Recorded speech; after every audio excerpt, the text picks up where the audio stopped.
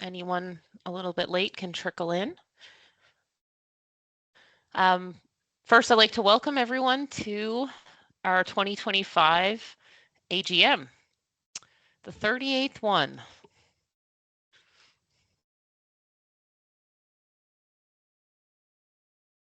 Next slide, please.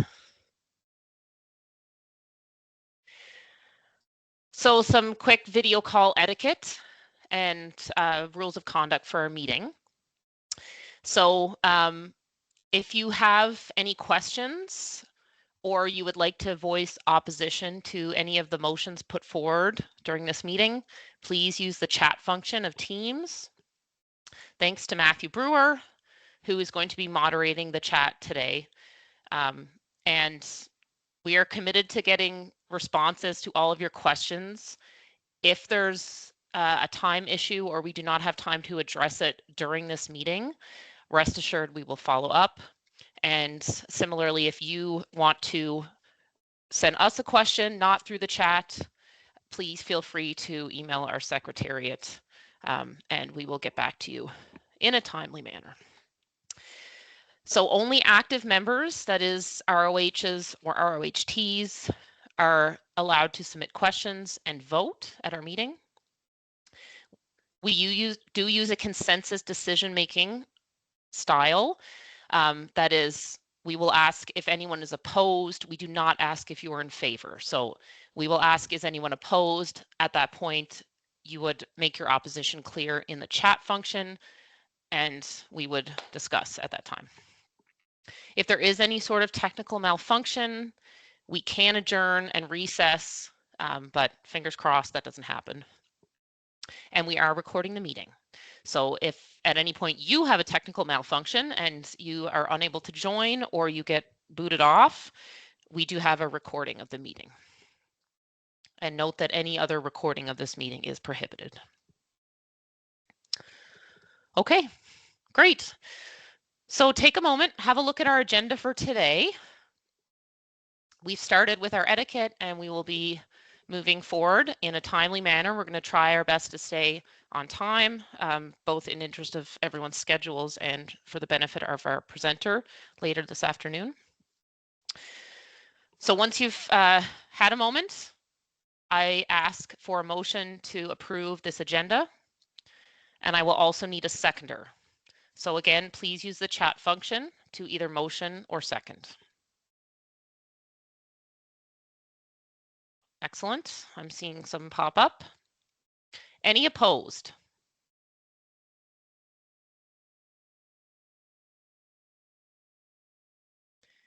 I'm not hearing any opposition. All are in favor. The motion is carried. Thank you.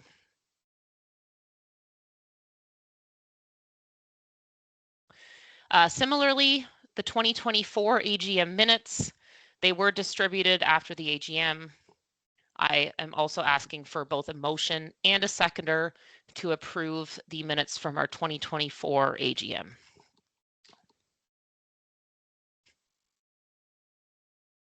Thank you. Thank you. Are there any opposed?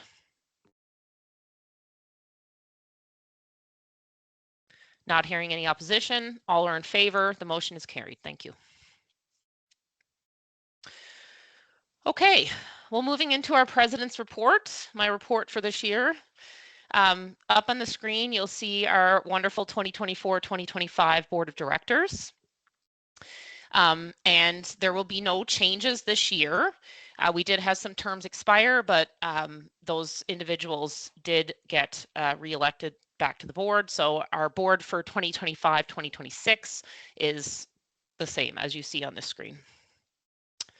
I want to thank you guys for being part of such a great group. It's been a great board. We did meet face-to-face once this year, as is our custom. We had 2 days of meetings. We also hosted a members meet and greet, which was really, really fun. We did it in Montreal, which again, if you've been to Montreal, you can guess that we had a great time. It's a wonderful city. And we are already planning our next in-person meeting, which will be taking place in the fall of 2025 in Vancouver. And I'm sure you'll hear more about that as we get closer to the date.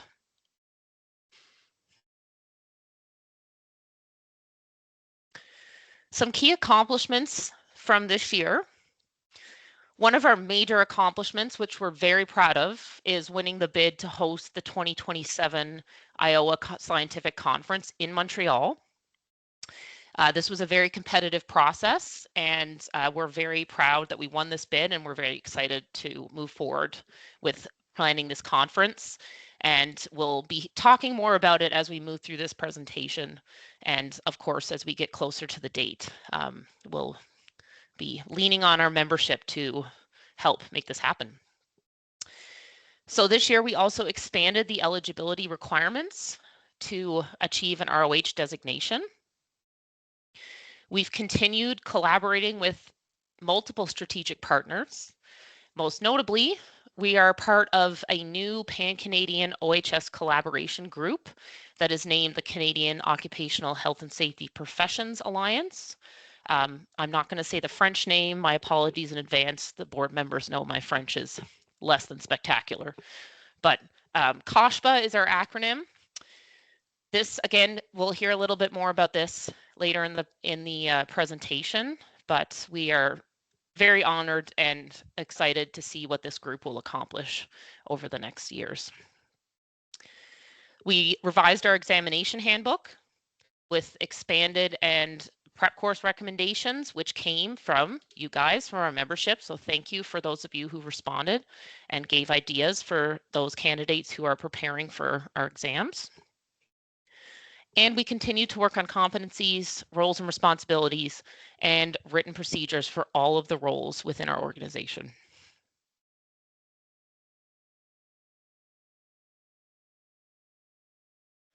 Some ongoing projects.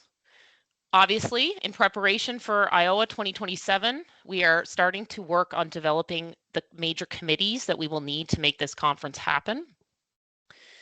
We are developing, at the very start of this, a CSA standard for industrial hygiene work and practice. We're updating and finalizing competencies, roles and responsibilities, and written procedures, as I mentioned previously, with the aim of aligning with the ISO 17024 standard. We're still exploring the development of an international certificate. We're working on validating the existing fast track programs, and with some new exciting programs on the horizon, we're working with them to fast track those programs for ROHT. And we're updating the registration maintenance guide, which is, I'm sure you can all agree, due for an update, and we're hoping to make the process of maintaining your certification easier and more clear.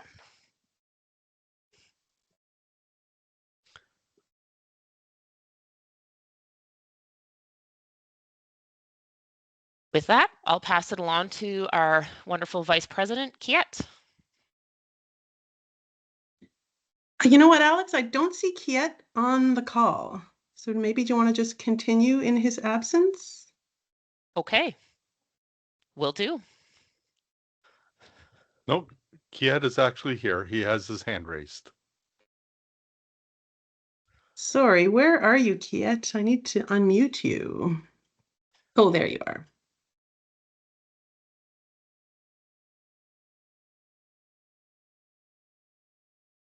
Hi, you guys hear me?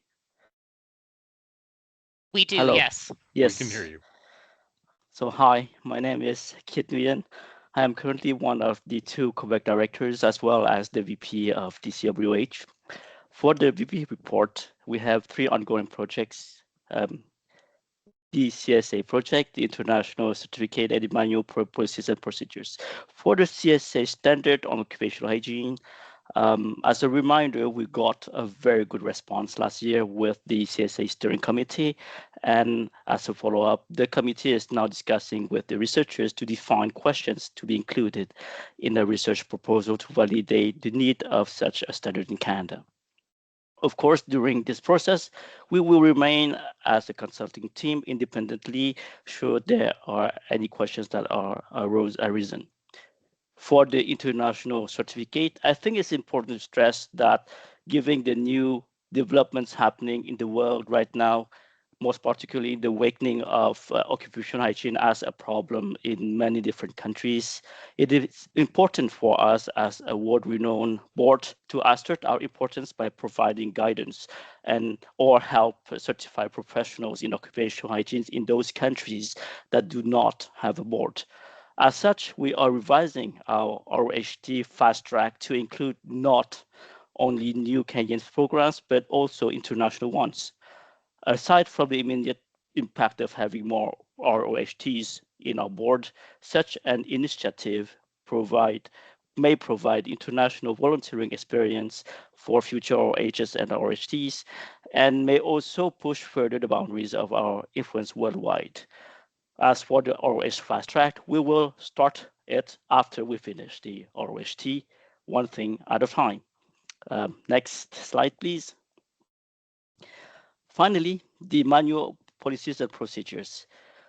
We are right now conducting an internal audit as a constructive way of assessing compliance with policies, procedures, practices in accordance with the ISO 17024, and to seek opportunities to improve our practices, tools, and procedures. Once established, we may open it to volunteers, but right now we are doing it internally. Thank you.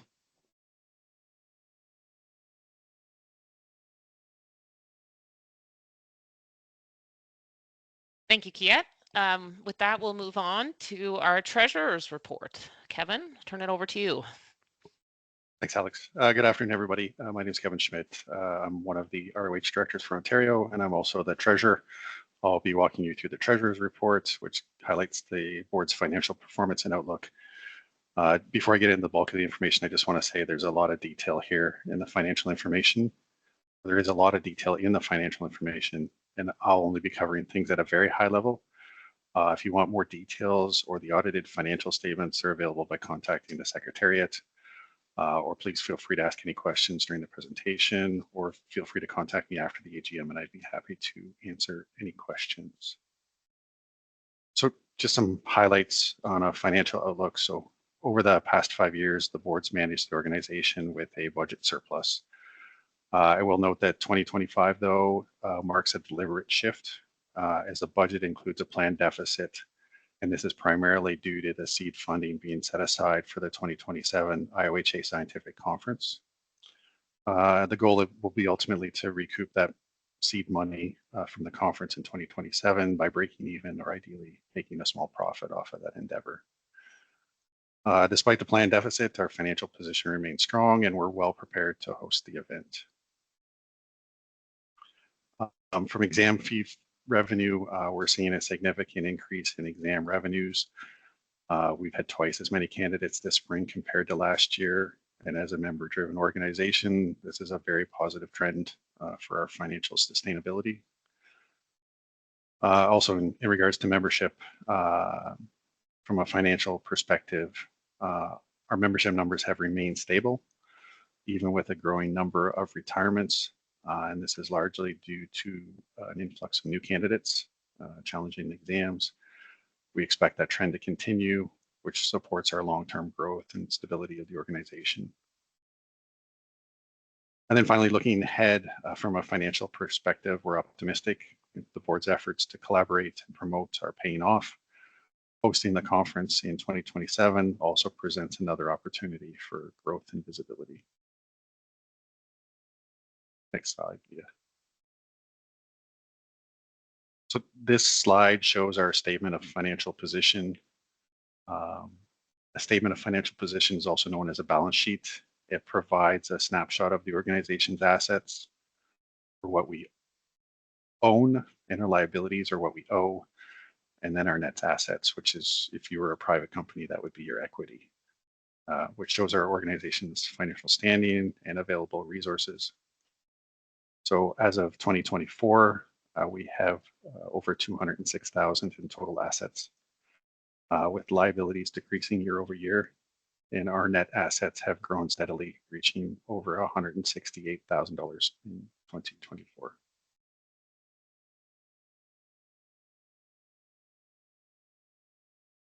This slide shows our statement of operations. In a not-for-profit context, it kind of summarizes the organization's financial activity, showing our revenue, expenses, and change in net assets.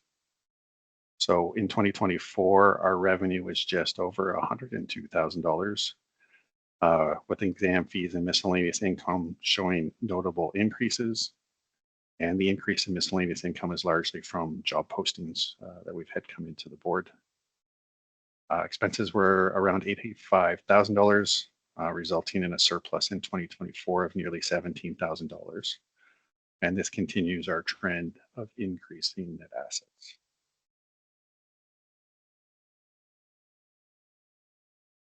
And then, like any organization, we have an auditor. The purpose of the auditor's report is to provide independent and professional opinion on the fairness and accuracy of the organization's financial statements. This helps ensure transparency and accountability to the members. The auditor has confirmed that our financial statements are accurate and comply with Canadian standards for not-for-profit organizations. As I said, the full audited financial statements are available through the Secretariat if anybody would like a copy of them. Or if you have any questions after the AGM, feel free to reach out and contact me. And then finally, there's two motions I'll have here. So I'm looking for a mover and a seconder for the motion to approve the 2024 auditor's report.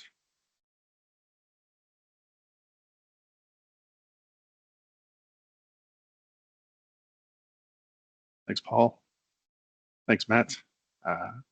Is anyone opposed to the motion?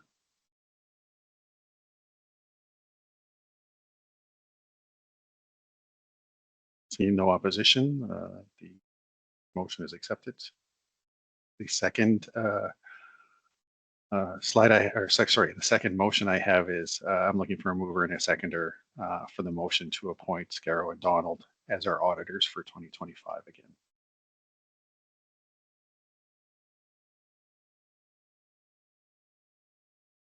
Thanks, Joey. Thanks, Marianne. Anyone opposed?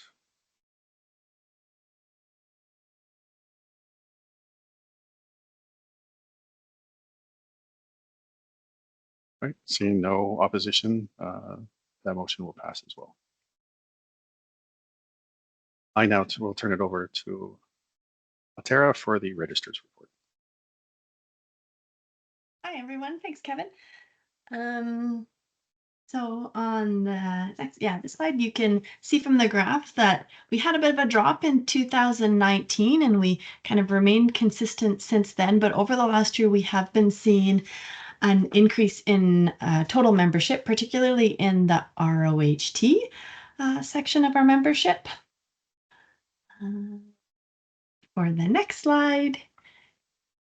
So we currently have 244 ROH members. The bulk of those are in Ontario, but we're well represented across Canada and internationally as well. Most of our international members are from the US. And on the next slide, you'll see we have 83 ROHT members. The bulk of those are in Alberta, but again, we do have membership across Canada. And so I always like to keep this slide that just kind of shows the different types of examinations we have and summarizes the pass rates. So this is approximately a 10-year average based on the data that we have. So the ROH pass rates remain fairly low. The fast track pass rates do show the effectiveness of the hygiene-specific master's programs, I think. The ROHT pass rate is a bit higher, you'll see, and just kind of a comment overall on the pass rate. We do see a pretty large fluctuation year to year on the pass rates, and our exam chairs look at kind of all the trends of questions not answered correctly by anyone to ensure that the exam remains fair and consistent. And we do see a fairly high NAR pass rate as well at 67%.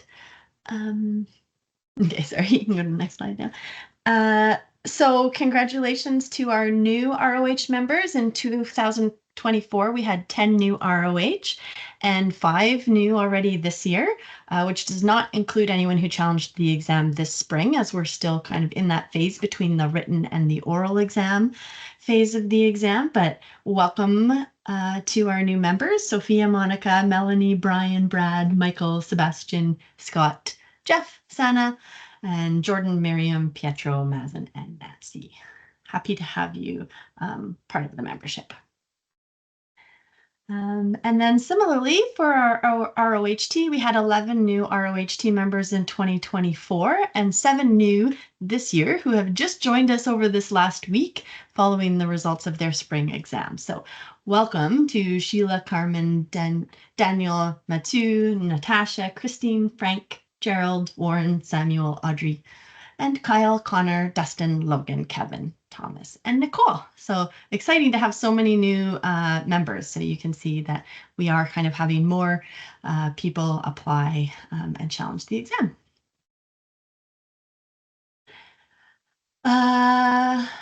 Would also like to congratulate our recently retired members and thank you for your contribution to the field and our community and the health of workers over the course of your career. Hopefully we still see you through the AGM and your engagement in the association, but enjoy your retirement, likely well deserved. So thank you, Richard, Andrea, Allison, David, Brian, Luke, Michael, Alex, James, Michelle, William, and Matthew.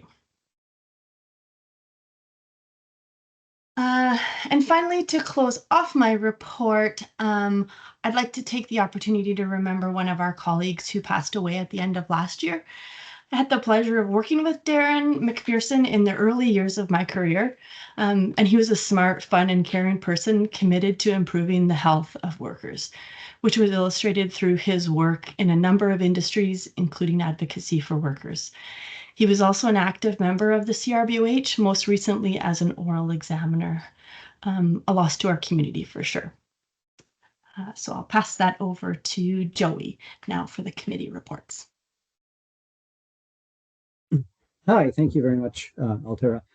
My name is Joey Bellino. I'm the ROH director for Central and Western provinces. So the future of the profession, we're a small but mighty committee. We meet regularly throughout the year, looking at updating our current promotional presentations and in turn looking at opportunities to do some outreach in different regions of the country, and then in presenting these, making these presentations. As a committee, we just completed a paper titled, "What Can an Occupational Hygienist Do for a Workplace?" The document itself will be posted on our website and promoted through social media. The document provides a basic understanding of the role of an occupational hygienist and what that means in terms of identifying, assessing, and controlling potential hazards in the workplace and how that might have a long-lasting effect on the workers. CRBOH and our committee are committed to continuing to work closely with other groups in hopes to either establish or strengthen existing relationships. For example, we continue to stay in communication and monitor the Alberta Society of Health and Safety Professionals and their efforts to work towards developing a standard for the role of an occupational hygienist. We continue to maintain a relationship with the Board of Canadian Registered Safety Professionals through our Memorandum of Understanding. And we're also always looking to see what others are doing to protect workers. For example, the United Kingdom uses the control of substances hazardous to health regulation, which requires employers to control exposures to substances that can harm workers. So always looking at what others are doing. And the last slide, please, if you could just advance it. And of course, we do all of our committee work through volunteer, and I'd like to acknowledge our small committee, but nonetheless very important members, Beth Higgins and Sarah McCurdy. Your contribution is incredible. A big thank you to both of you for your knowledge and expertise. It's a great pleasure to work with you both.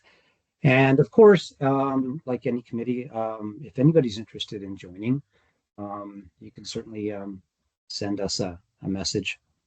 I'd be happy to welcome anybody. And with that, I will turn the next report over to Matthew. Thank you. Actually, I think I'm up for the first slide. Hello, everyone. I'm Suzanne Wild here. I am one of the Ontario directors for the board.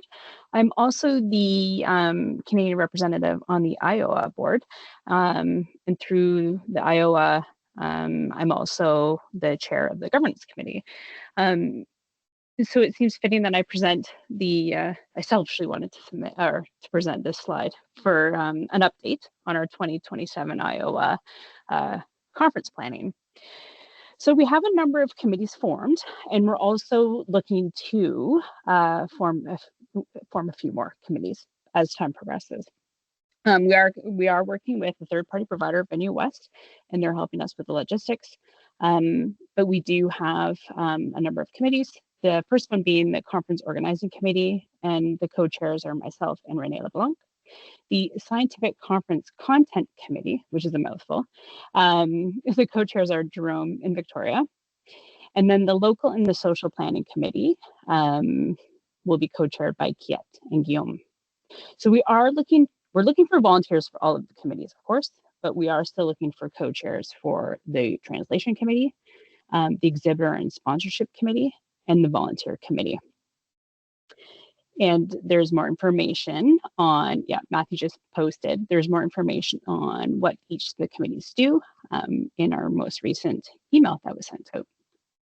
So if you're interested, and we hope that you are, please email Leah with your first choice and your second choice of which committee you would like to serve, your location, if you plan on attending the Montreal conference, and your employer as well, if possible. Thank you.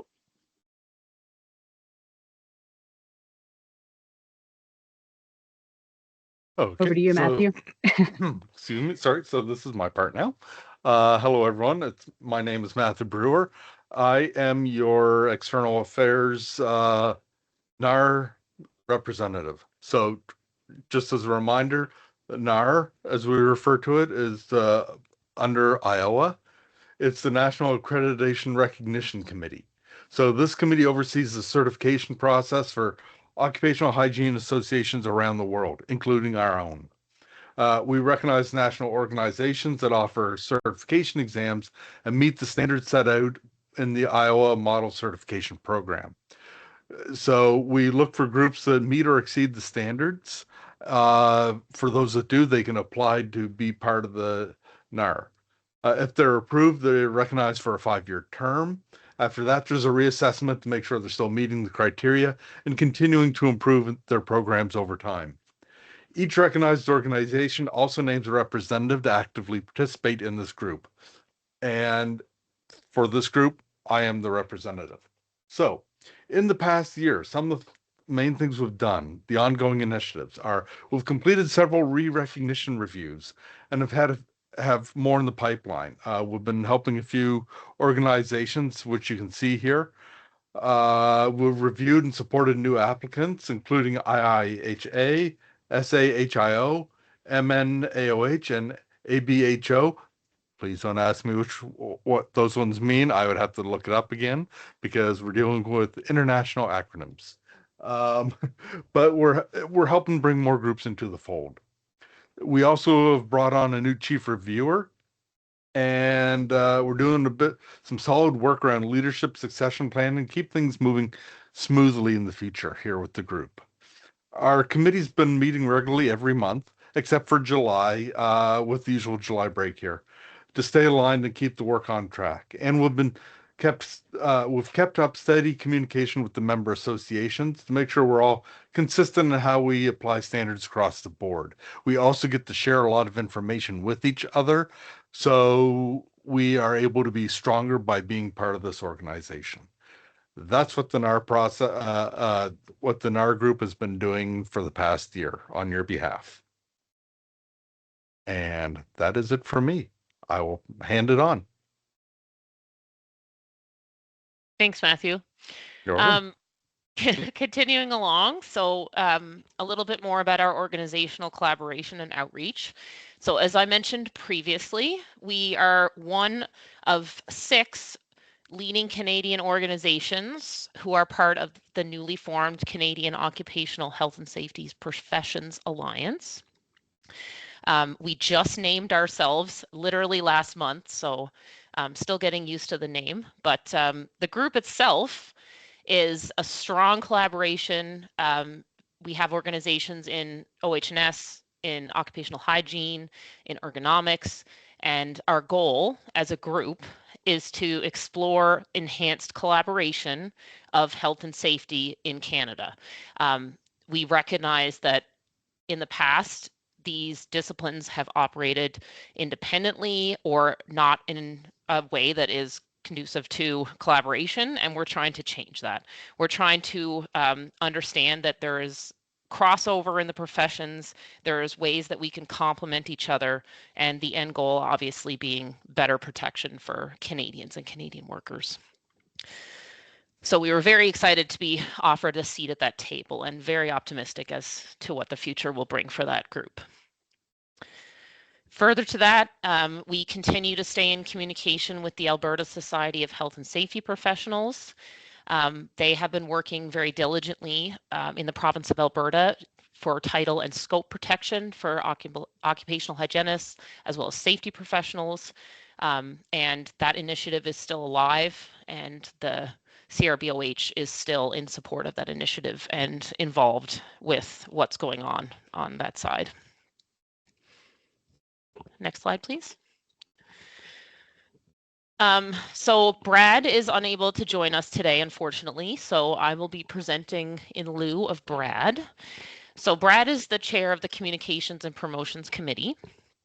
Several of the activities that this committee has worked on this year. Our newsletter committee has welcomed a new editor, Ted Letourneau. Thank you, Ted.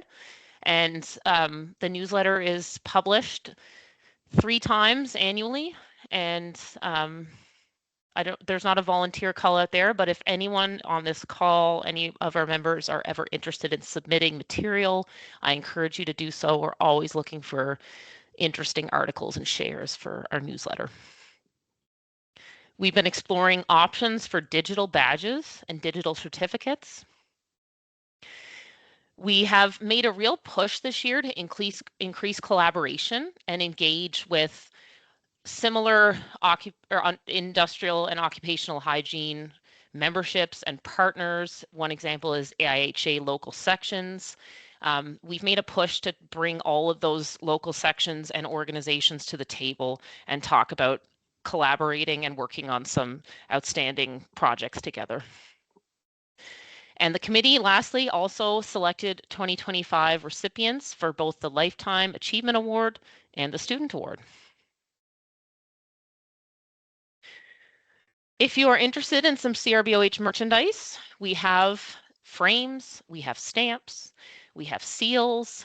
All of them are available for purchase on our website. The proceeds go directly back into the CRBOH bank account, and you get something nice to hang on your wall. So if you're interested, especially those new members, I encourage you to go on our website and make an order. Some volunteer recognition.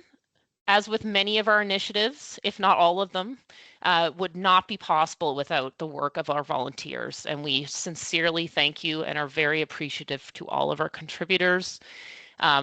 Named ones here: Ted, David, Veronique, Megan, Laura Lees, Mathilde, Larry, Glenn, Krista, Kimberly, Rob, Ted. Thank you so much. And I'm hoping that every year we'll add more names to this list. It's a great way to get ideas and new thoughts out to the membership, and we encourage you to do so. Moving on, I'll have Suzanne take over for the ROH and ROHT exam committee reports. Thank you very much.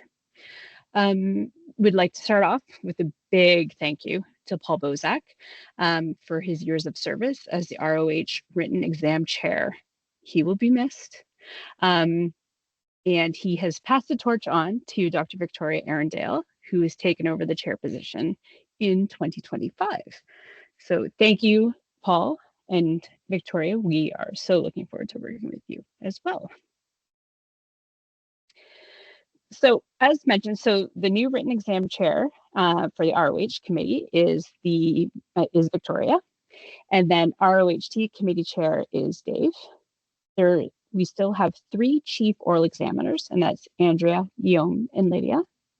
And I am the board representative, or the board liaison, I guess you can say, to the various committees.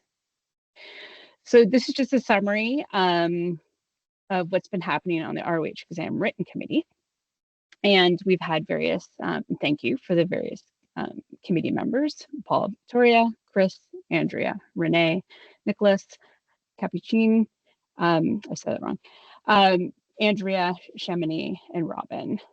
So there was online written examinations held in October 2024 and of April 2025. Twice as many candidates challenged the spring exam this year than previous, and the numbers are looking very strong for the fall exam this year as well. Next slide.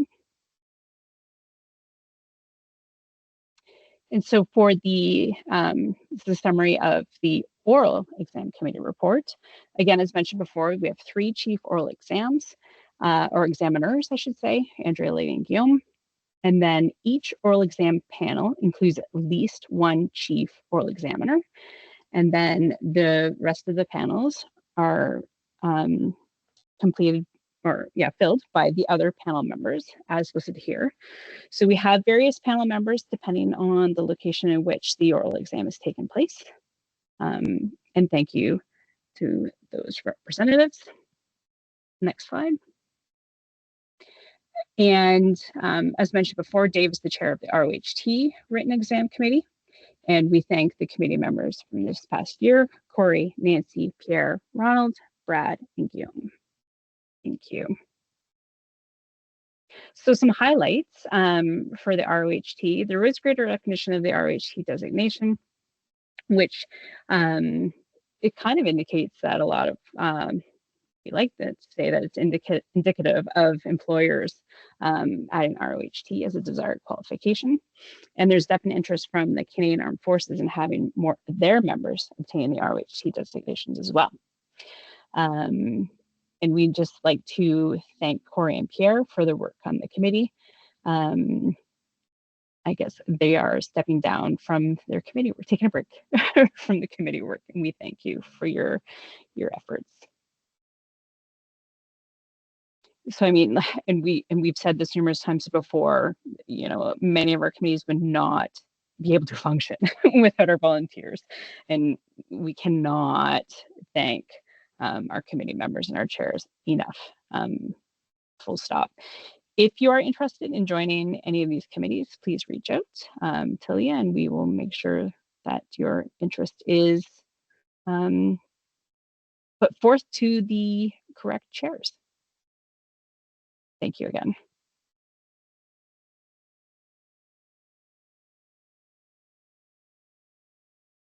Thanks, Suzanne. We'll turn it over to Jody, who will present registration maintenance points and committee report. Thanks so much, Alex. Appreciate it. Unfortunately, Roberto could not be here, so he asked me to kind of fill in.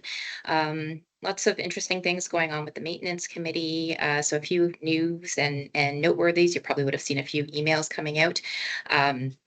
But in response to attracting and retaining our volunteers, beginning this year, all of our CRBOH volunteers will have their annual points doubled with no caps on those points. So if you are a committee member with CRBOH, you'll receive 2 points annually, and chairs with CRBOH committees will receive 3 points annually. And the maintenance guideline is being updated right now to reflect this change. We have a number of different process documents that we're working on. We're working on a quick reference maintenance point guide. We're updating the regular maintenance guide and some procedures as well in terms of our reviewers and how that process works. Next slide.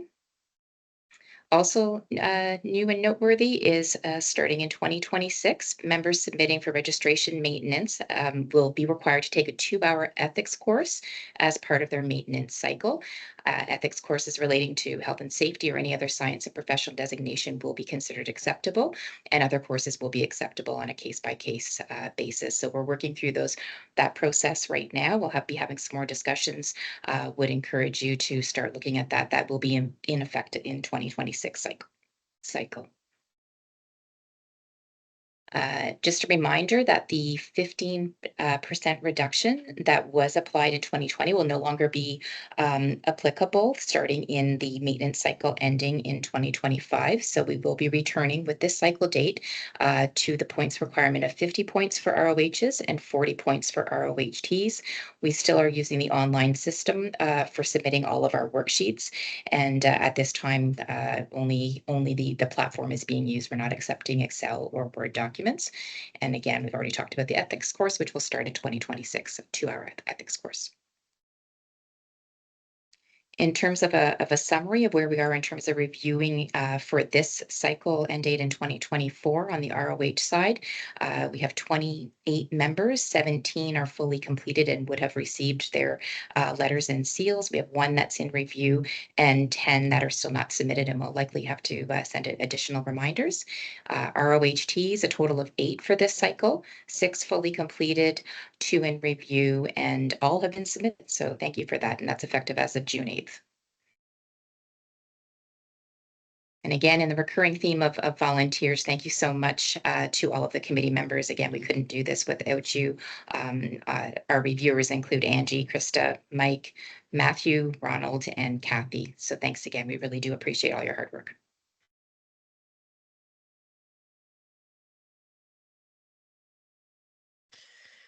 Thanks, Jody. Moving on to our awards. So as I mentioned, we have 2 awards that we accept applications for annually, the Student Award and the Lifetime Achievement Award. Next slide.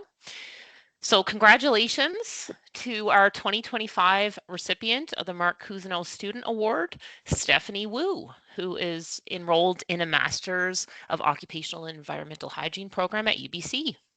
Congrats, Stephanie.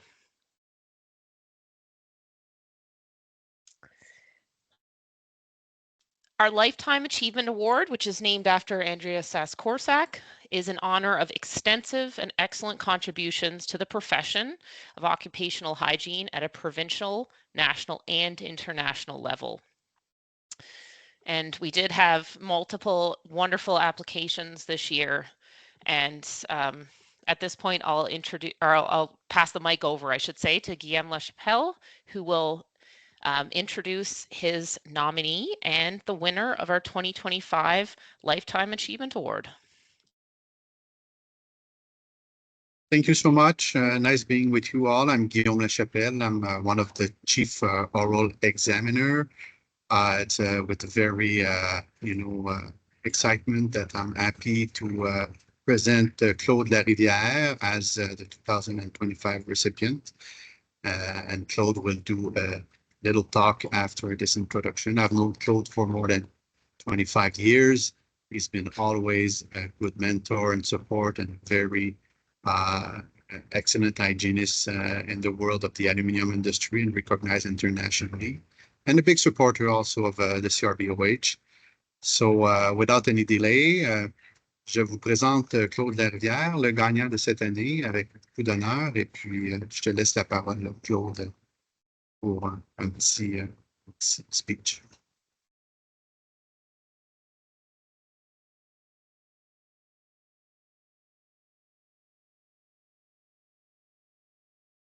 Oh, Claude is on the line.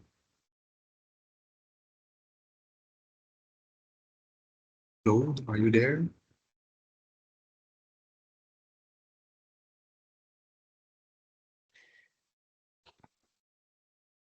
Do you see if he's there? He appears to be. Yeah. Yeah. He just needs to unmute.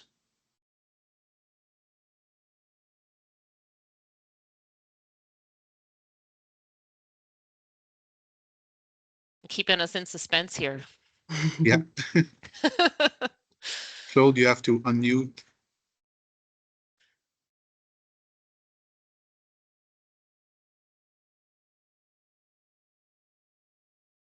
We don't hear you.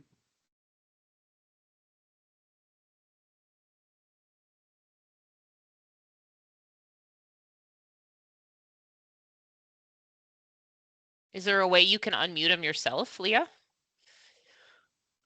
I mean, I've allowed. Oh, I think he's Yeah. unmuted. Yay. Yeah. Yay. Do you hear me? Yes. Okay. Finally. Good afternoon, everyone. First of all, let me thank the CRBOH for this great honor related to my career in occupational hygiene since 41 years. I receive it with pride and humility.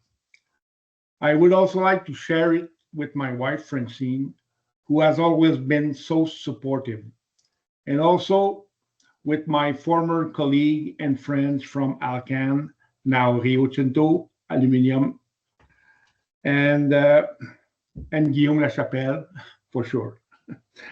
I graduated in 1975 in chemistry, and during the first part of my career, I held different positions in primary aluminum smelting and processing plants, in inorganic chemical industry, namely in the production of strong acids, and finally in lead recycling. During these early days, I had the opportunity to get involved in a few occupational exposure monitoring studies and in the implementation of respiratory protective equipment. In 1984, I returned to Alcan in primary aluminum smelting with the intent of devoting my career to occupational hygiene, which was an emerging discipline. Let's remember that the Act respecting occupational health and safety in Quebec was adopted in 1979, and the IRSST, an Occupational Health and Safety Research Institute, was created in 1980, and the regulation respecting the quality of the work environment followed in 1981. We then had to familiarize ourselves with the content of these new regulatory requirements and to learn how to operate in a joint mode. The latter didn't happen overnight, and certainly without difficulties for both employers and workers' representatives. But ultimately, at the joint management has enabled us a better understanding of specific issues pursued by management and worker representatives, thus leading to a better ownership of the exposure controls and occupational health and safety preventive measures implemented in the workplace. Back in 1987, I became a certified industrial hygienist in the comprehensive practice of IH, and in 1990, a registered occupational hygienist. The completion of these certifications processes was very beneficial. In fact, it allowed me to deepen and master technical skills required to the practice of the discipline. It also increased my level of self-confidence in daily work, and finally, it provided me with peer recognition. During my career, I supported and mentored a dozen of colleagues in their journey to obtain and maintain their occupational hygiene professional certification. Technical skills are essential in the practice of our profession. However, to become a good occupational hygienist, we must be people-oriented, and protecting the health of others must be one of our core values. It's also important to get a door-off knowledge of the operation and the workflow specific to each plant, and to become familiar with the work procedures used by the workers. It is therefore very important to show up regularly on the shop floor and to ask questions to workers, their supervisors, about the work procedures they use, their occupational health and safety issues, and the preventive measures implemented within a specific department or workstation. This will improve the accuracy and the relevancy of our recommendations following our various interventions, studies, measurement campaigns carried out in the workplace. This will also increase your credibility towards workers, their representatives, and plant management. Oral communication is also a key skill for an occupational hygienist. It allows us to tailor our preventive message to the audience we're addressing. As a member of a multinational company, I had to be aware of specific cultural issues and local needs of the country or region hosting our industrial settings. Occupational hygienists also need to master the business language in order to obtain the commitment and financial support of management, which is critical for the implementation of exposure controls from the upper level of the hierarchy of controls. From 1984 to 1990, I was mostly devoted to collaborate in setting up an occupational hygiene department at Alcan's primary aluminum smelters and chemical plants in Quebec in order to build databases of occupational exposure assessments to the main chemical contaminants and physical agents present in the workplace. In the 90s, we prepared an industrial hygiene master plan, which included all relevant aspects to our operations to ensure compliance with occupational hygiene regulatory requirements. We implemented it through all our North American and United Kingdom sites. We also developed a comprehensive environmental health and safety audit program to track regulatory compliance and continuous improvement. Back in 1998, I was assigned to the position of Global Director for Occupational Hygiene. In 1999, Alcan merged with Al Group, a Swiss aluminum producer, and in 2003, Alcan acquired Aluminium Pecheny, a major French aluminum producer, and I was deeply involved in the EHS integration process of these two companies. In the early 2000s, Alcan also joined an aluminum consortium in China, namely Quintanxia, Ningxia province. Then I had to mentor the local occupational hygiene resources in order to speed up the achievement of this plant compliance with international occupational health and safety standards. At the same time, I had the opportunity to collaborate in the preparation of an internal company standard related to environment, health, and safety design criteria for the construction and the renovation of Alcan sites. It was also applicable to major projects.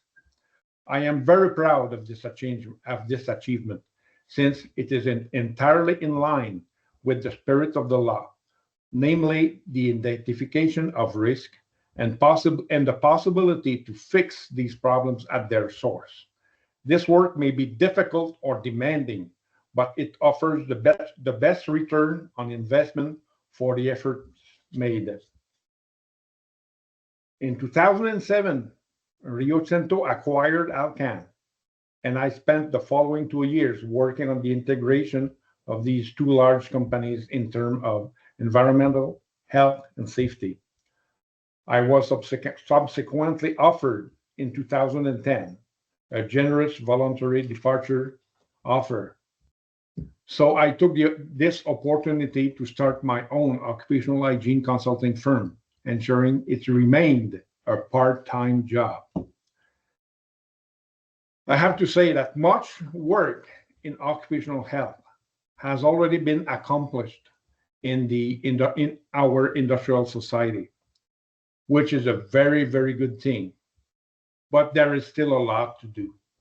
New risks have emerged, such as those linked to the last pandemic, teleworking, psychological risk, harassment, and violence in the workplace, just to name a few.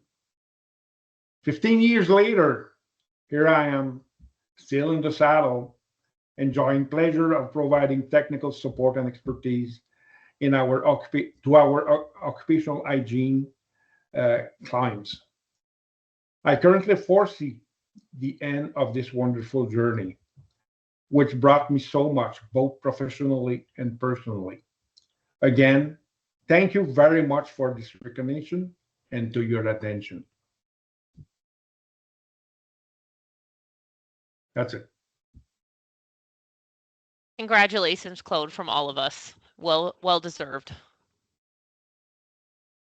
Appreciated very much. And we appreciate you very much and all your contributions. Pardon me? We appreciate you and your contributions. Thank you very much.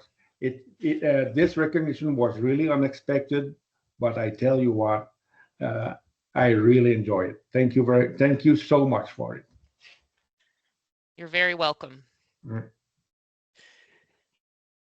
With that, kind of a bittersweet moment for me. It's the end of my term as president. It's been a fast year. We got a lot done, and I can't say enough good things about this board. All of you are wonderful to work with, real professionals, and it's been a pleasure. And without further ado, I will introduce our incoming president, Kiet. And I'll pass the mic over to you, Kiet, and you can say a little word about your background, and then you will take over chairing the meeting, and I will kindly bow out. Hi, everyone.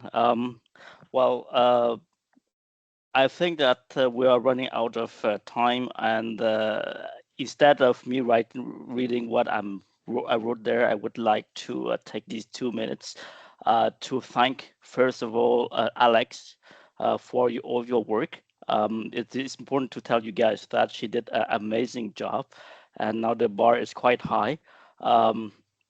But I will try to live to the challenge and hopefully be an okay president.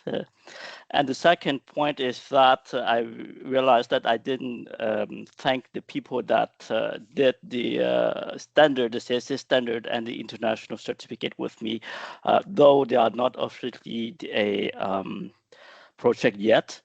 But I did get some help from René Leblanc and Norma McCormick for the CSA standard, and Paul Bozek and Dave Jarrow for the international certificate. So hopefully once it will get to our official projects later, we would have more to say. Thank you. So for the questions, yep. Floor is now open for member questions and comments. Please use the chat function, or our moderator will read some questions out and respond to some using chat. And if we don't get to all of them, we will in the coming days.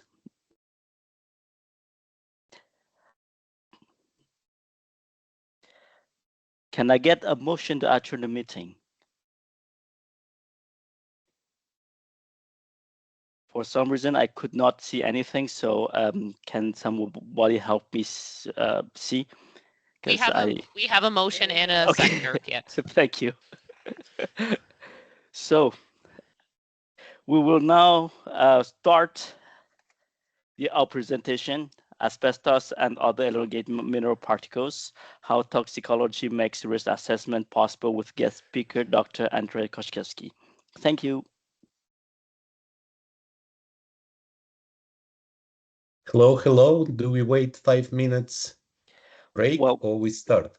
I think where we don't have enough time, we're already 2 minutes late.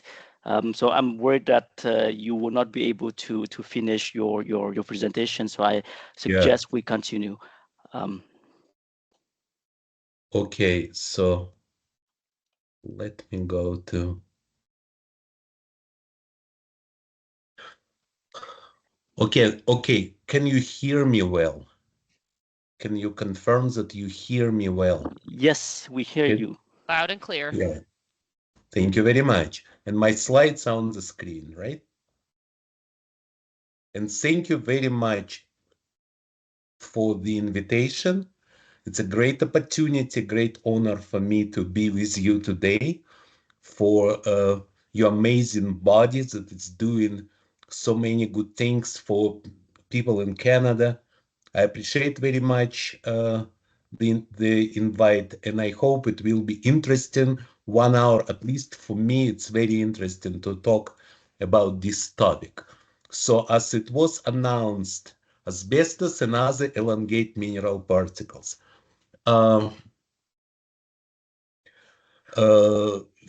Two words about myself to introduce myself. I was born in Kazakhstan.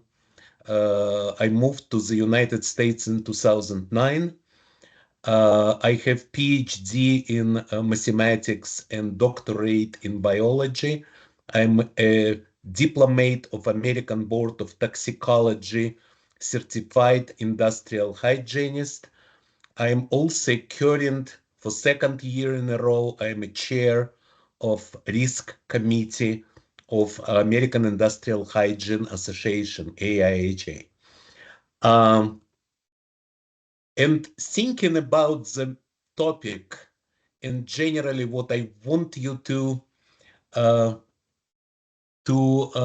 get from all my presentation today, the main core, it's even not about asbestos, maybe. So it's of course, it's a central issue for my presentation. But the idea is, this is a presentation on risk assessment methodology. And this is a risk assessment methodology based on science and based on the toxicology, toxicological science specifically, as well as other disciplines and part of the knowledge that help us in risk assessment, us as industrial hygienists. And asbestos is just a perfect example where we have a complex issue that needs to be assessed from the position of risk assessment and science. And on my screen, you can see the circle of risk assessment that I like very much to show virtually on all my presentation. Risk assessment is so simple and at the same time so complex and important procedure. And every time we see issues people encounter with assessing risk for specific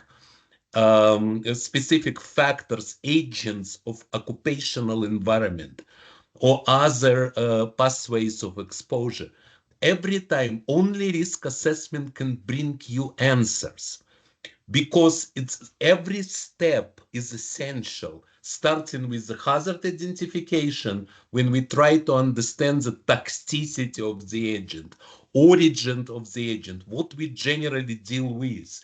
Then it's exposure assessment, dose response assessment, risk characterization, and then we can do risk management.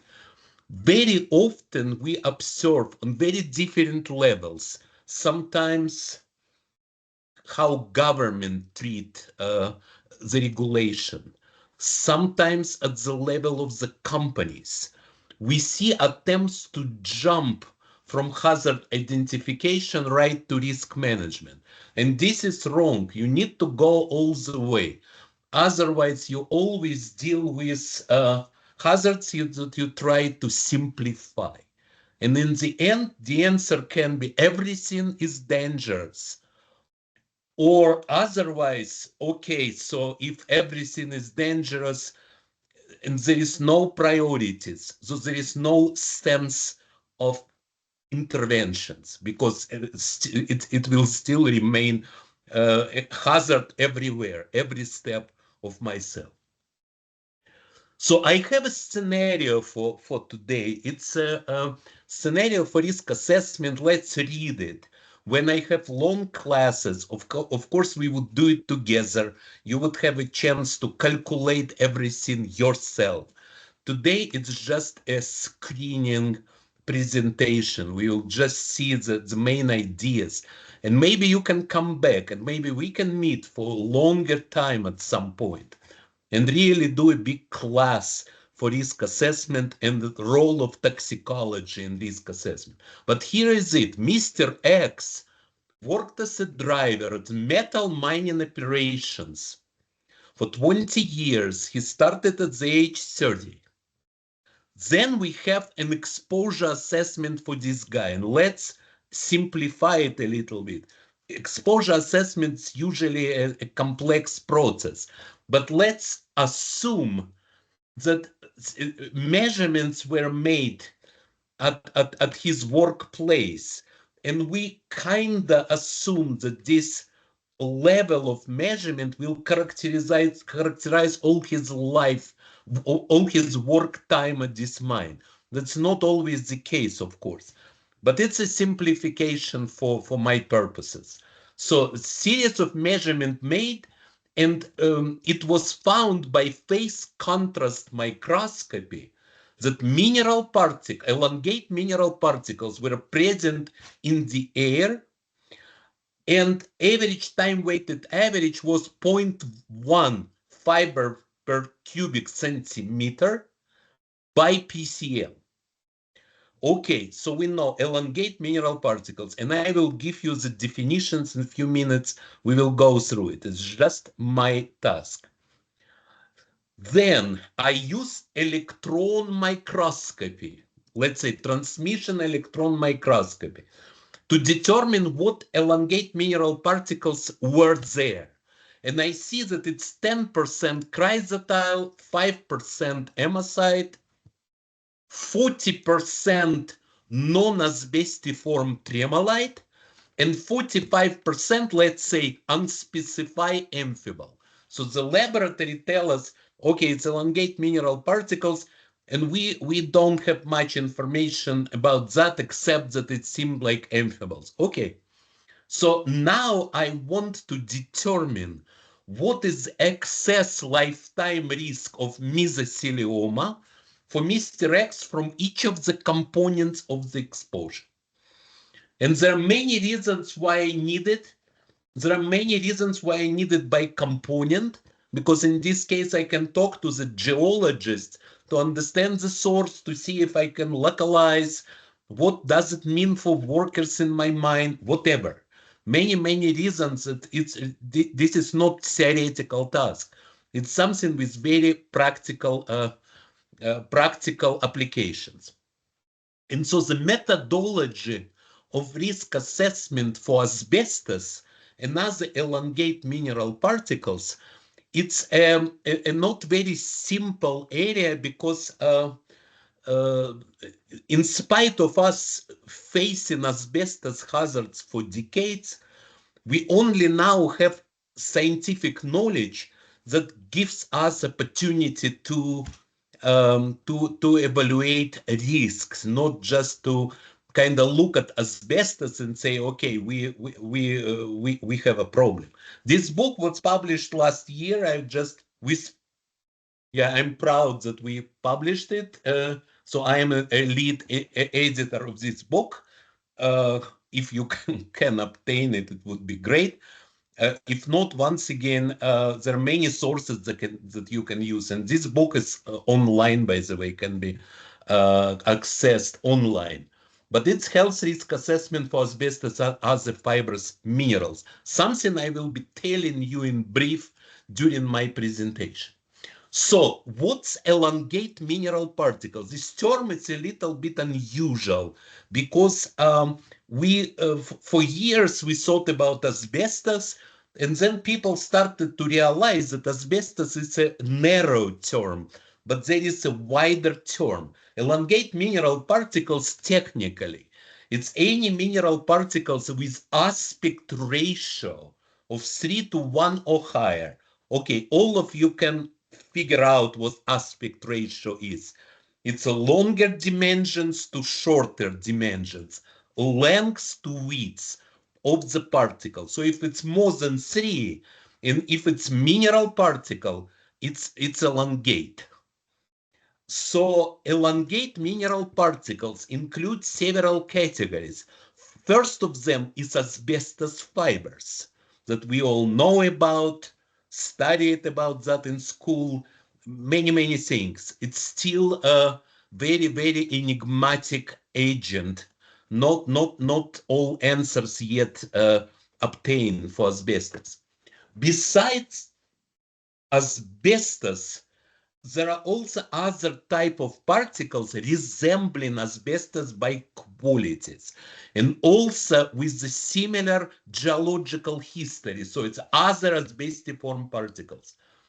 And then there are non-asbestiform particles or cleavage fragments that are also mineral, that also elongate, but it's not asbestos because the origin is different. They're just chunked from minerals by fragmentation, by mechanical forces. And so they can also be elongate, but they don't have qualities of asbestos fibers relevant for occupational hygiene, for safety of workers. So mineral types of asbestos fibers, generally there are 6 types. Chrysotyl, some people say. Chrysotyl, cracidolite, tremolite, amosite, anthophyllite, and actinolite. This is officially 6 mineral types defined as asbestos. Several of them can be called commercial asbestos because they were historically used in industry. They were mined for the purpose. Chrysotyl is white asbestos. You're from Canada, guys. You know about it better than anybody because vast majority of chrysotyl asbestos was mined in Quebec. Cracidolite, tremolite, amosite, cracidolite and amosite also were used for industrial purposes. Anthophyllite was mined in a minor proportion. Tremolite and actinolite, as I understand, was never, except maybe several examples, but generally not used in commercial applications, but it's a kind of very much asbestiform, and being asbestiform, the active health hazards. Very important to know that there are 2 distinct mineral groups of asbestos, serpentine and amphiboles. Serpentine in the types of commercial asbestos represented by chrysotyl, well known to you guys for sure, because it was kind of commodity in significant amount mined in Canada.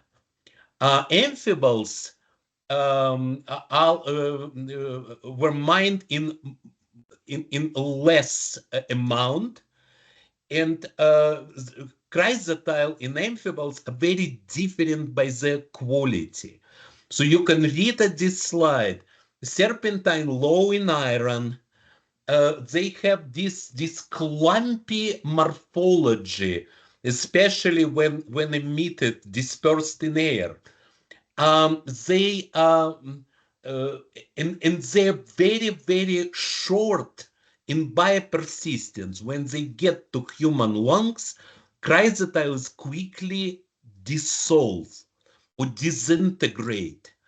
And I will show you the data showing the proportion between biopersistence of chrysotyl versus amphibole fibers that are rich in iron, that it's not good for biological effect.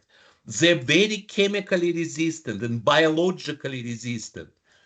And if chrysotyl typically stays in the lungs based on experiments, based on measurements, based on the chemical composition, stay in the lungs not so long. Amphiboles can stay for decades. So with half-life of 6-7 decades for cracidolite and amosite. So very different. Another important observation that was done by scientists is that amphibole elongate particles can exist in 2 types, one of them is asbestiform, one of them is cleavage fragments, and I already mentioned it, but I wanted you to see the micro photograph. This is asbestiform tremolite. You see, it's a long, thin structures. Tremolite cleavage fragments, pieces of material. They're much thicker, they're shorter, and they behave differently in human body. And generally, it's very different structures. What's common between them? What's the same? The same is chemical composition or mineralogical nature. Both of them tremolite. And the same examples can be made for crasidolite versus ribikite, for hematite versus cummingtonite grunerite, two different subtypes of the same mineral, because hematite is cummingtonite grunerite as well. There are other important elongate particles. I kind of omitted word mineral here because I wanted to give you wider view on all of that. With potential health concerns, good example, Libby amphiboles. Many of you heard about vermiculite from Libby, Montana, contaminated with specific type of amphiboles, and it's called sodium calcium amphiboles or Libby amphiboles. They usually a mixture of two habits, asbestiform and non-asbestiform particles, and this is why they're dangerous, but their level of hazard or risk related to that is lower than for other types of amphiboles. Alionite is probably the most dangerous elongate mineral particles on Earth. Alionite is not amphiboles. Alionite is zeolite mineral. But in Kara in Turkey, alionite fibers caused the local epidemics of mesothelioma that was never observed anywhere else. Many people sick with mesothelioma. And then carbon nanotubes. It's another example of particles that is not finally proven to be human mesothelial carcinogens, but it's most probably is, because in all animal experiments, long thin carbon nanotubes produce mesothelioma. Why asbestos and other elongate mineral particles remain significant occupational environmental health issue? Asbestos is banned in most of the Western countries. Why we still in this issue? The problem is there are many sources of potential exposure to elongate mineral particles in current occupational and kind of community environment. First of all, legacy asbestos, everything that remains from decades of utilization of asbestos everywhere in construction, insulation, other industries, whatever. The car brakes, everything. So it's still here, and the levels continue to be concerning in many situations. Then asbestos abatement. It's very important to do abatement, but this is a source of exposure for people who is doing abatement. And I'm sorry to saying that, but sometimes for people who are around and remaining in the buildings where abatement performed, not 100% that everything is going well with abatement. And then it's a strange term, naturally occurring asbestos. Asbestiform and non-asbestiform elongate mineral particles are present in the environment. You don't need to have the asbestos mine to have exposure to asbestos. It can be everywhere in Earth. It depends on the quality of the rocks and soil. And very often mineral particles, elongate mineral particles, accompany other types of mining, very often gold, copper, other types of commodities that can be associated with elongate mineral particles. Contamination in various products. Again, every time I take something from environment, there is a probability that I would have elongate mineral particles. I will talk about a little bit about talcum powder or talc, and I am convinced that most of the cosmetic talc is related to potential non-asbestiform elongate particles, but it's still something that should be assessed and taken into account. This is a possibility because it's a mineral from Earth, and then it could be with some associated minerals. And then asbestos production continues. China, Russia continue mining asbestos. And I even not sure if the total production of asbestos decreased during the last years after Canada is out from this process. Health effects of asbestos, asbestiform elongate mineral particles can be cancer and non-cancer.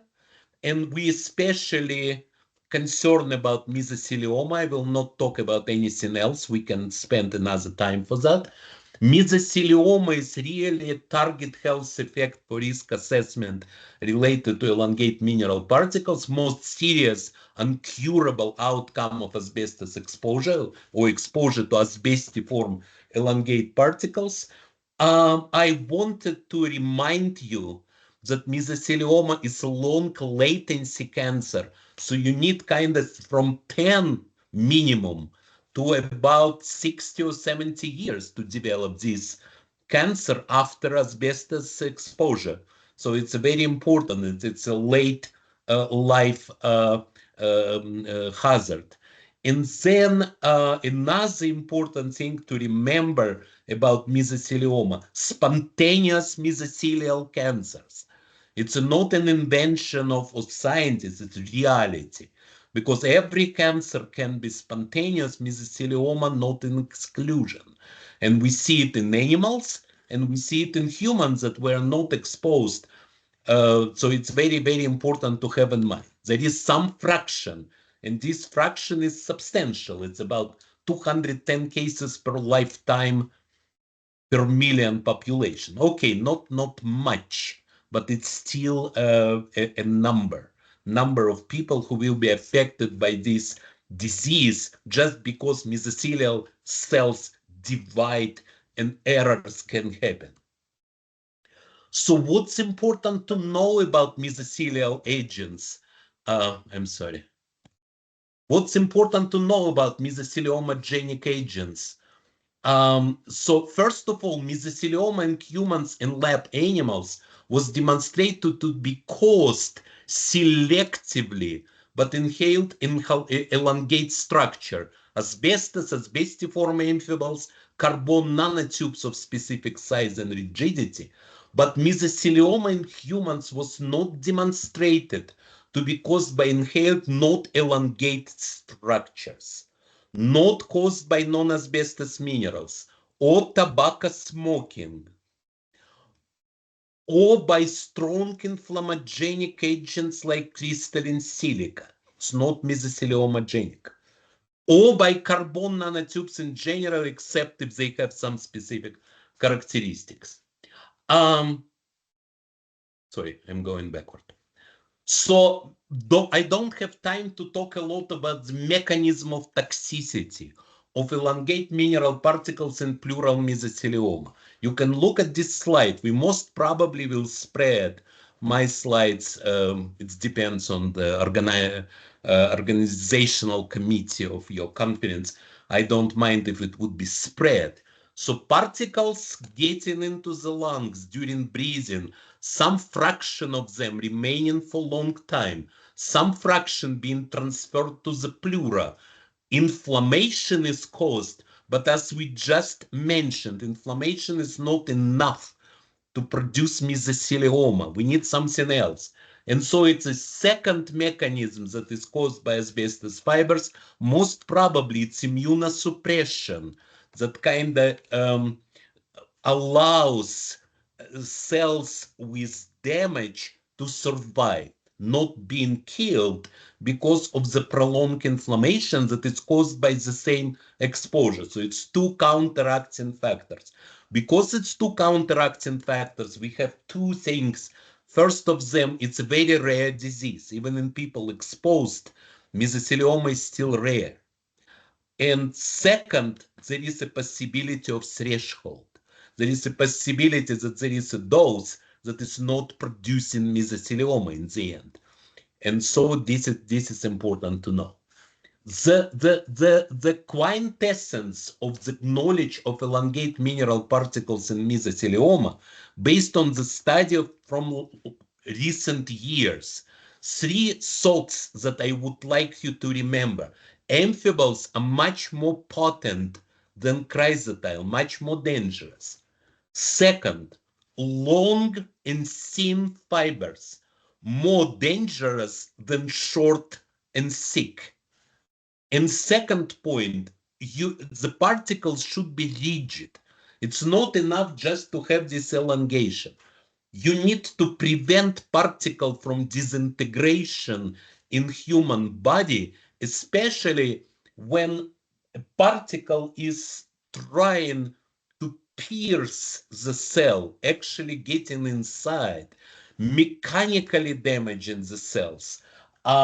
Sometimes protruding from the macrophages that is also seen on microphotographs that can be done and analyzed. And then asbestiform fibers are carcinogenic, but cleavage fragments are significantly less potent or negligible potency to produce mesothelioma. Once again, you can read details in our book that we published last year, and maybe in our next book that expected next year, but it's a kind of another story for us. How do we generally compare mesothelioma potency of various types of asbestos? How we put different fibers on the scale? How we know? I say amphiboles more dangerous than chrysotile. So how do I know? So I can use a very simple example. I can compare Quebec, Canada, famous production of chrysotile asbestos, in historical study that was made by a group of MacDonald and other, and then I can compare it with cracidolite exposure in Wittenum, Australia. So we don't have enough time, but just try to look at my table and the numbers. There are two cohorts of people, one of them from Wittenum, where cracidolite was mined, and one from Quebec, where chrysotile was mined. And it's a cohort of 5,000 workers, and this is a cohort of about 10,000. Average cumulative exposure for the population in Wittenum was 23 fiber per cc years. In Canada, average cumulative exposure was about 600 fiber per cc years, much higher. And still, when you look at how many mesotheliomas were registered in this cohort, it was 165 cases of mesothelioma in Australia and just 38 in Quebec. So you can take a proportion. And when you take a proportion, you can determine how many cases of mesothelioma per 10,000 per 1 fiber per cc years will be found. And so it's very nice to do it with a calculator. Don't have time. But you can see that in this case, 1 fiber per cc years of cracidolite exposure corresponds to 13.8 cases of mesothelioma per 10,000 people. And for Quebec, if I recalculate the same parameter, is 0.065. Compare, this is cracidolite, amphibole, and this is chrysotile serpentine. So those calculations generally in epidemiological science done with much more rigor. It's a kind of, you need to recalculate the age structure of people, exposure for every person or for groups of persons, and so on. But the idea will be the same, and the results kind of will be comparable. It's several orders of magnitude more of the cracidolite or other amphibole exposure versus chrysotile. Okay, so when you will read the recent publications, one of them is several brilliant work by Lucy Darnton from Health and Safety Executives from UK. So it's a publication from 2023-2024. You will see the difference in mesothelioma potency factors for chrysotile, amosite, cracidolite, and sodium calcium amphiboles I mentioned today. It's a contamination of Libby vermiculite. It's also very important for Canada because you imported a lot of vermiculite from Libby. And so, but generally, see the difference in potency. This is cracidolite, this is amosite, this is Libby amphiboles, and this is chrysotile, almost not seen. But there is a number that can be associated with this type. This is 0.20, 14, this is 0.03, this is 0.11, and 0.52. So first toxicological puzzle. Why chrysotile is less potent than amphibole in producing mesothelioma? I already mentioned to you. But generally, you can, for example, look at this very interesting paper from Italian team led by Alexandra Gualtieri from 2018. This is again the list of mineral types of particles, elongate particles. And this is biopersistence, measured technically not in lungs, but by dissolving minerals in the solution resembling the pulmonary environment of humans, so-called Gamble solution. So you can see chrysotile, 0.3 years. This is what it takes for chrysotile to be dissolved. For erionite, 181 years. For tremolite, 49 years. We think that Libby amphiboles may be also biopersistent as tremolite because it's tremolite in significant fraction. Amosite is 76 years. Antophyllite looks a little bit outlier, 245 years. It's even longer than any life of humans by a factor of 2.5. It's still what it takes in it to be dissolved. There is another parameter very important for the assessment. We called it EMPA fraction. EMPA fraction, it's a fraction of long thin particles of the sample that you collected for specific minerals. And if you will see this fraction, so 37% of chrysotile is really long and thin. But chrysotile, as I said, dissolving rapidly. It's just eliminated from the lungs. Okay, so this is what it is. However, for antophyllite, it's much less, in 4%. Libby amphiboles, it's 2%. And so we developed a model for mesothelioma potency that includes biopersistence and fraction of long thin fibers. And it's generally a very good log model that can be put as a plane on that in 3D space. So from here we can model and look chrysotile, Libby amphiboles, antophyllite, amosite, cracidolite, erionite. They're very good on this line, and at least all of them are in the confidence interval of this regression. Okay, so implication for risk assessment exercise. Our scenario that I started with. Potency factor for chrysotile and amosite, we can model, but we also can take it from epidemiological literature, and it will be all okay. Chrysotile, 0.0014%. And I will show you how to use it in calculation. Just patience. And then amosite 0.11. Once again, you will ask me, how do I know? I look, for example, to this paper of Lucy Darnton from 2023, or look to our book, or look to the plot that I showed you.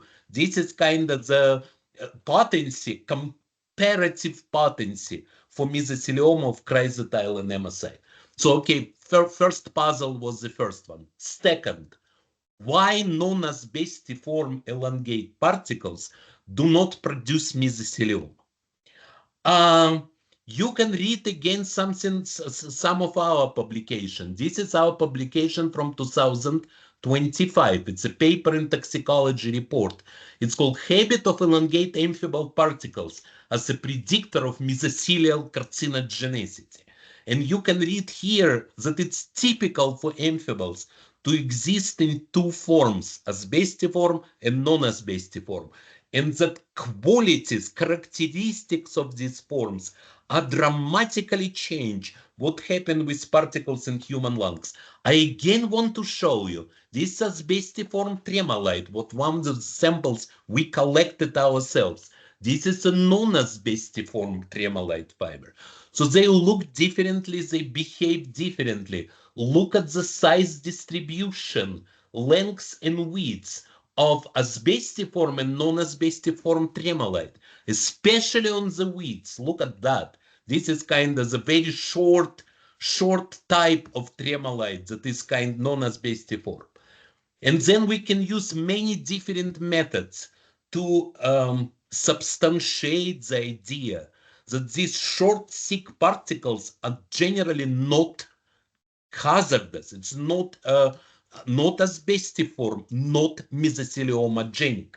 This position for years is supported by the United States OSHA.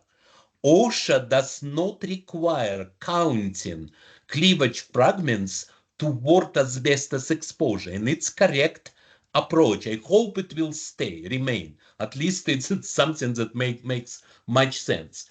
And there are numerous publications, for example, Gamble-Gibbs from 2008, weight of evidence, fully support the conclusion that non-asbestiform amphiboles do not increase risk of lung cancer or mesothelioma.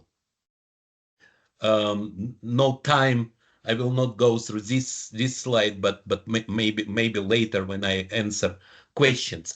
I wanted to show you something. We just finished this study, and it's a preliminary. We use atomic force microscopy to look at very high magnification at the difference between asbestiform and non-asbestiform amphiboles. Look at those. This is asbestiform tremolite.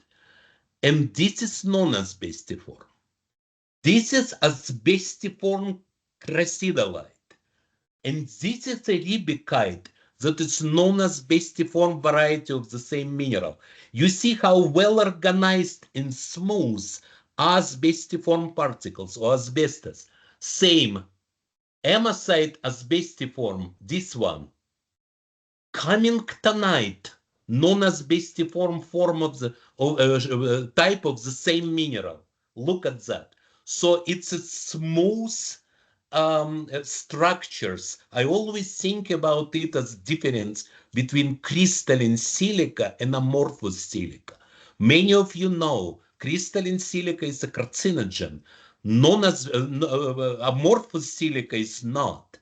And so with asbestiform and non-asbestiform particles, we most probably see the similar picture. This is the results I wanted to show you. Almost nobody yet seen that. It's a new studies by Dr. Van Bogart from University of Groningen in collaboration with our team. This is the difference of secretion of pro-inflammatory proteins from asbestiform versus non-asbestiform tremolite. This is asbestiform and this is non-asbestiform.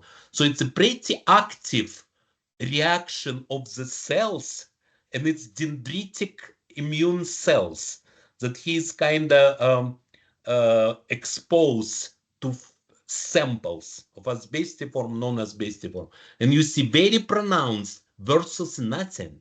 So you see it's on the biological effects, and we have a lot of these materials.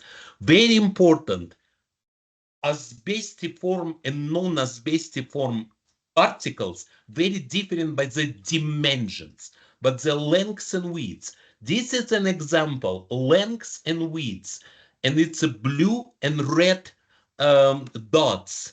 This is a non-asbestiform ribicide, and this is cracidolite. You see that they organize differently. There is some overlap in sizes. It's always happen in nature. However, non-asbestiform goes this way, and asbestiform is almost flat. It's called the Pearson index that was developed during the last years to distinguish between asbestiform, non-asbestiform types of the same particles.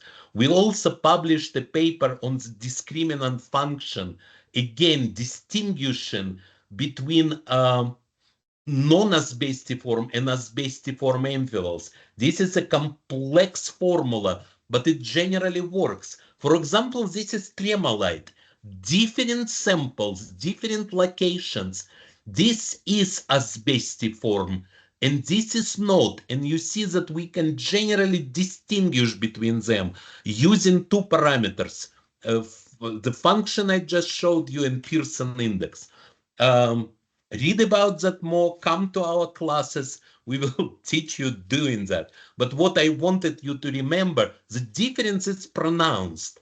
There is a size overlap, but it's like, it looks like two different minerals that just have the same composition. From biological point of view, very, very different. For implications for our risk assessment scenario, you remember 40% of non-asbestiform tremolite, it's exposure of our Mr. X. What is the potency of this mineral?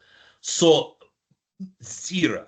If we hear that it's non-asbestiform, we even don't need to go into the calculation. I can show you how it was work on numbers, but generally 0%. Okay, so it's a kind of the answer. For AIHA Connect conference, I made a presentation on tremolite and talc. It's a very, very loud public health concern. What happens if some elongate particles will be in talcum powder? I wanted just to mention to you, we collected 765 examples of tremolite particles reported in talc. And look at our plot. Do you remember it, right? This is our asbestiform, and this is our non-asbestiform particles. This green one, it's tremolite from talc. So I think we are okay. So this concern is kind of more precautionary principle than reality of risk assessment. So it's non-asbestiform variety of the mineral, and it's great because kind of in this case we didn't affect so many people who use stuff. The last toxicological puzzle: how I determine potency for unspecified amphibals. If I know the dimensions, you remember I needed for Mr. X, unspecified amphibals. I'm sorry, I'm showing you another publications of our group. It's a paper from 2019 calling modeling mesothelioma risk factors for amphibals. So this is a method. Once again, sorry, I don't have time for detail going through all calculations. Hopefully you will look through my slides after the presentation. You can see I try to write this method for you to use.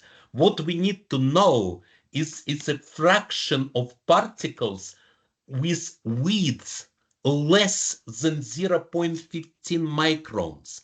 This fraction is highly predictive of the mesothelial cancer potency of amphibians. And this is a formula that I can use. And then this is just an example, because for Mr. X, I didn't have it in my conditions of the problem. However, I assume, let's say that we have 22% of long thin particles in the exposure to these unspecified amphibians. In this case, I can calculate my RM slope factor, and it will be 0.24%. Okay, so now for my risk assessment problems that I have now potency factors for each mineral type: chrysotile, hematite, non-asbestiform tremolite, and my unspecified amphibians. What I do now, please have patience with me. 0.1 fiber per cc was exposure of Mr. X. He was exposed for 20 years. I can find a cumulative exposure by multiplying his fiber per cc by 20 years, and it will be 2 fiber per cc years. This is kind of my variable that I will use for the risk assessment. And then I can calculate cumulative exposure for each type of mineral: 10% of chrysotile, 5% of hematite, 40% of non-asbestiform tremolite, 45% of unspecified amphibians. And guys, this is a calculation. This is my cumulative exposure. This is my potency factor. Remember, I showed you where I found it. This is chrysotile. This is hematite, cumulative exposure, potency. Non-asbestiform tremolite, 0. Unspecified amphibians, 0.24. I showed you the formula. I found it based on what a laboratory usually bring to us if we have this opportunity to have the results. Okay, so how many cases of mesothelioma can be predicted in people exposed to this level with this exposure scenario during 20 years? So for chrysotile, it's 0.03 cases per 10,000 persons. For hematite, it's 1 case per 10,000. For non-asbestiform tremolite is 0. And for my unspecified amphibians, it's 22 cases. First of all, how do I interpret it? NIOSH, you all know what NIOSH is. It's an Occupational Safety Health Institute that now is under huge pressure in the United States. NIOSH published a target value, 1 case per 10,000 per lifetime. This is a target for occupational workers, for exposure and for cancer, not more than 1. So we are kind of okay with chrysotile.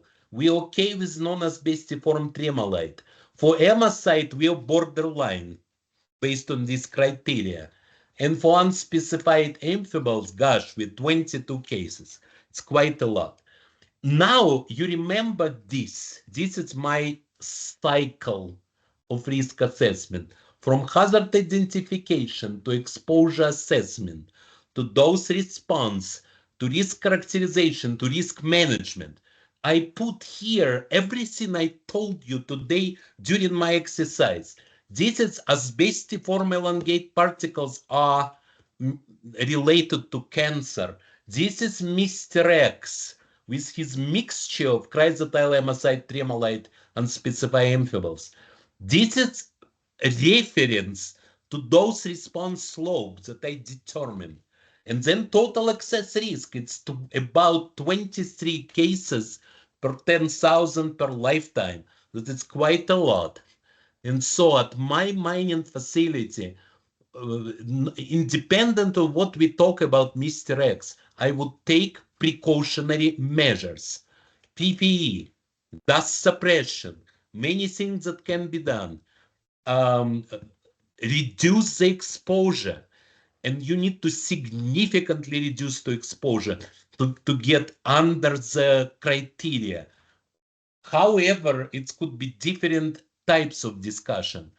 One of the possible question is threshold that I mentioned to you. We just published this paper. It's again 2025, and again my apologies that I refer to myself too much, but it's a paper that I recommend you to look at.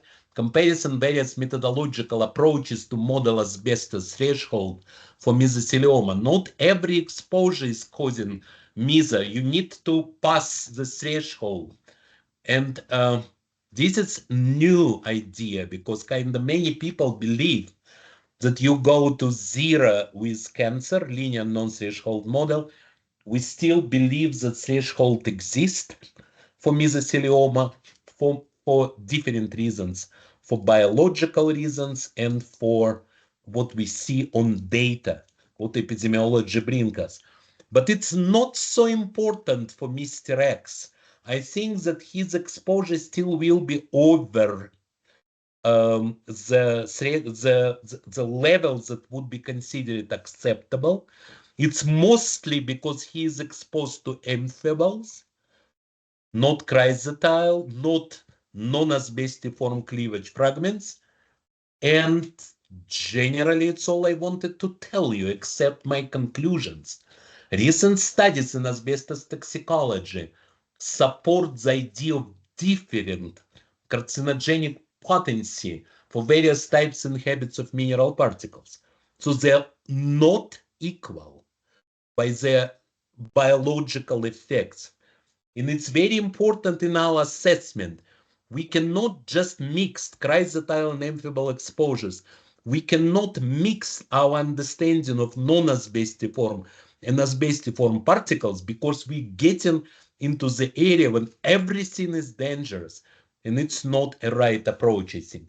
Biopersistence, one of the drivers for differences in the potency, along with the size, and then non-asbestiform elongate particles appear to have negligible mesothelioma potency, and possible presence in tremolite cosmetic talc. Another example, significant public health concern, but it depends. If it's non-asbestiform fraction, it's probably just mineral, just regular mineral not producing mesothelioma in humans. And this is my contact information. Do I have time for few questions? I'm sorry that I'm late, but I tried. Thank you very much. There is time for a few questions. If anybody wants to ask, just drop them into the chat or raise your hand, please. Thank you. Oh, thank you very much. Yeah, I'm very sorry that it was kind of run, because kind of I wanted to do in 1 hour that we usually do in many hours on our classes. Okay, how I address? I was told that somebody would read it to me. Is it possible? Just quick comment, and thank you, Andrey. And I really appreciate. I worked in the mining industry before in Canada, not in the asbestos one, but in the gold mining, and we had to deal with some of asbestos, in the minerals. So we had to deal exactly what you were talking about. So very informative. Thank you. That would be also very interesting to take a look at your book. It could be interesting for the mining industry. Thank you very much. Write my mail. Maybe you can contact me and we can talk, because we have a lot of experience in mining industry, including prevention measures, and we understand what gold mining is dealing with. Thank you.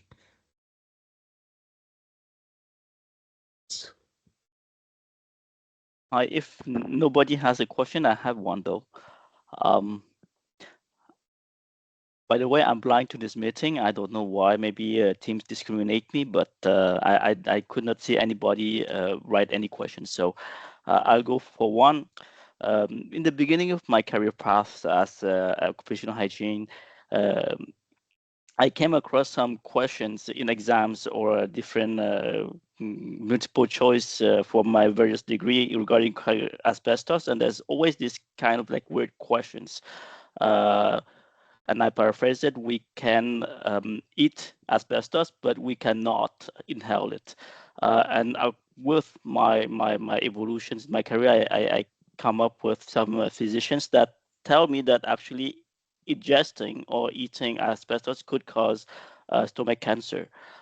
So and now I still have that kind of like questions in some of the exams. So if there's a consensus in the scientific committee saying if ingesting asbestos could cause stomach cancer. Thank you very much for your question. It's great. So there are some works demonstrating elevated stomach cancer related to asbestos. I don't believe that epidemiology is fully positive on the proof for that. Okay. Also, the significant problem here is the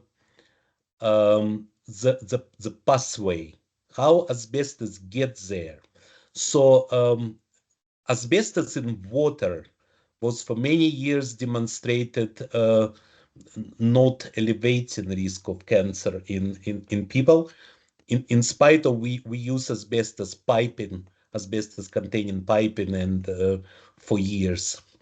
There is a significant issue of peritoneal mesothelioma. It's not stomach cancer. It's a cancer of mesothelial lining of the peritoneum. And the hypothesis is that we still get it through respiration.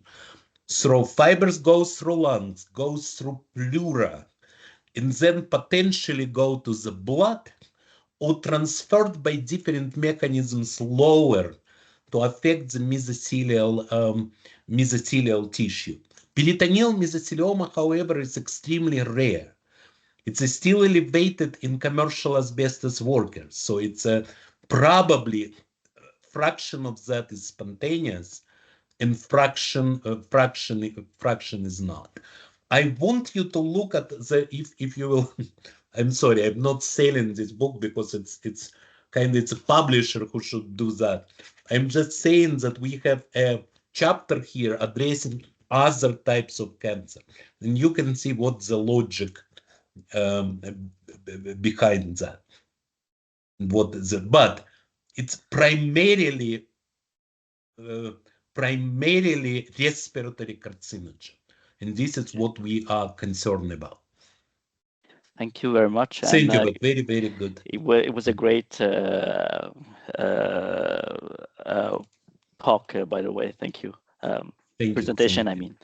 I appreciate very much. I see other nice words from the guys in the chat. Thank you very much. I appreciate this opportunity. I would be very happy to come back someday for maybe longer classes, maybe in person. I would, with great pleasure, travel to Canada again. I've been there many times. Okay. Are there any other questions? I see that the time is it's 5 p.m. already. Is there any other questions? I don't see anybody asking. Okay. Yeah, but thank you guys. Many nice words, and it's very touching. Thank you. Since it's 5 p.m. and I don't see any other questions, I would like to say thank you for everyone attending this meeting. And there's some people on the board asking me to say a hello in my access my link towards the Francophone region of Canada, which is Quebec, by the way. And here it goes in French. Au revoir et à la prochaine. Merci. Thank you very much.